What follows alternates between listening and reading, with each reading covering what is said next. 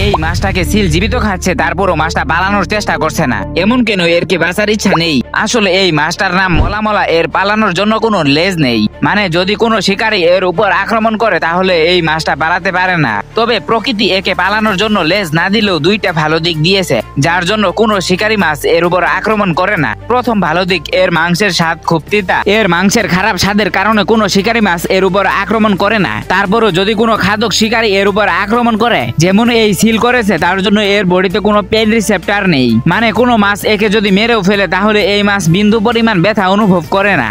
যেহেতু এর স্বাদ খুব তিতা, তাই কোনো শিকারী একে আক্রমণ করতে চায় না। তবে কোনো মাছ যদি ক্ষুধার কারণে একে আক্রমণ করে, শুধুমাত্র 2-1 কামড় মাংস খায় ক্ষুধা নিবারণ করার জন্য, তারপর একে ছেড়ে দেয়। এই মাছ যেহেতু ব্যথা অনুভব করে না, তাই সে জানতেও পারে না যে কেউ তাকে আক্রমণ করেছে। তারপর প্রকৃতি আস্তে আস্তে সময়ের সাথে সাথে এই ক্ষতস্থান ঠিক করে দেয়। এখন তুমি বলো তো, প্রকৃতি কি এই মাছের সাথে ঠিক করেছে?